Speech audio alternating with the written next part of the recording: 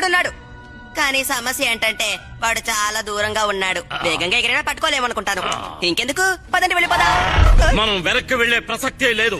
ఆ ఒంటి కన్ను వాడు ఇక్కడికి వచ్చేంత వరకు మన కుటుంబం డైనోసార్ గుడ్లను దొంగిలిస్తూ గౌరవంగా సంతోషంగా బతికేది. గౌరవంగా బతికామంటున్నారు, దొంగతనం అంటున్నారు. రెండిటికి సంబంధం లేదని తెలియట్లేదు. అది కాకుండా మనం ఎందుకని వాడిని చంపడం? ఎలాగూ ఆస్ట్రాయిడ్ మనందరినీ చంపేస్తుంది.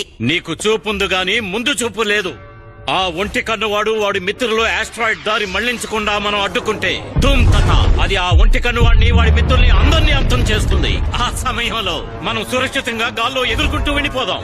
ఆ తర్వాత ఇది మన సామ్రాజ్యం అవుతుంది. నాకెందుకో ఇది అసాధ్యం అనిపిస్తోంది. మీరు ఒక్కసారి మీ మెదడును ఉపయోగించండి. సర్లే వదిలేండి. ఇది అద్భుతమైన పథకం దద్దరిల్లిపోతోంది. ఇంత మంచి పథకాన్ని మీరు వేశారంటే నేను అసలు నమ్మలేకపోతున్నాను. ఇప్పటికైనా తెలుసుకున్నావు, ఈ భూమి అంతాన్ని ఎవరో ఆపకుండా జాగ్రత్త పడాలి.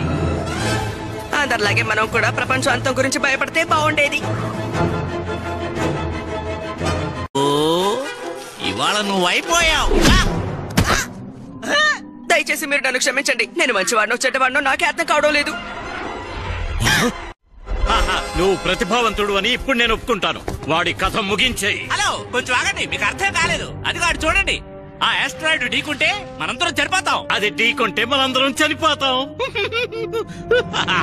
అక్కడే నువ్వు తప్పు చేస్తున్నావు. మీరందరూ ప్రాణాలు కాపాడుకోవడానికి పరుగులు పెడుతున్నప్పుడు మేము గాల్లో హాయిగా ఎగురుతాం. సమస్యకి దూరంగా వెళ్ళిపోతాం. నమ్మలేకపోతున్నాను. ఇలాంటి మూర్ఖుని నేను ఇంతవరకు ఎప్పుడూ చూడలేదు. మేము మాత్రం సురక్షితంగా ఉంటాం, ఆ పక్షుల్లాగా. ఇది అదృష్టం. ఇది మహా అదృష్టం. అదిరింది. నేను ముందే ఊహించాను.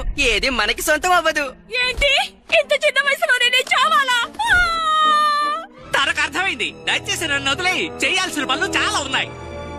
ఇంకా ఏంటి ఆలస్యం? వాడిని చంపేయి. వద్దు నాన్న, మీరు ఇలా చేయడానికి వీల్లేదు. మన కుటుంబం గురించి నేను సంతోషించే విషయం ఏంటంటే మనందరం ప్రాణాలతో ఉన్నాం. మీ గౌరవం కంటే గొప్ప విషయాలు ఈ ప్రపంచంలో చాలా ఉన్నాయి. మీకు మా మీద నిజంగా ప్రేమ ఉంటే దయచేసి తనని హింసించడం ఆపండి. మీకు చేతనైన సహాయం చెయ్యండి. నాన్న, ఇలా అనడానికి నాకు బాధగా ఉంది. తమ్ముడు చెప్పింది నిజమేనా నాకు అనిపిస్తోంది. తండ్రిగా నా శత్రువులతో కూడా నేను స్నేహంగా మెలుగుతాను. నా పిల్లల భవిష్యత్తుని దృష్టిలో పెట్టుకుని దయ చూపుతాను.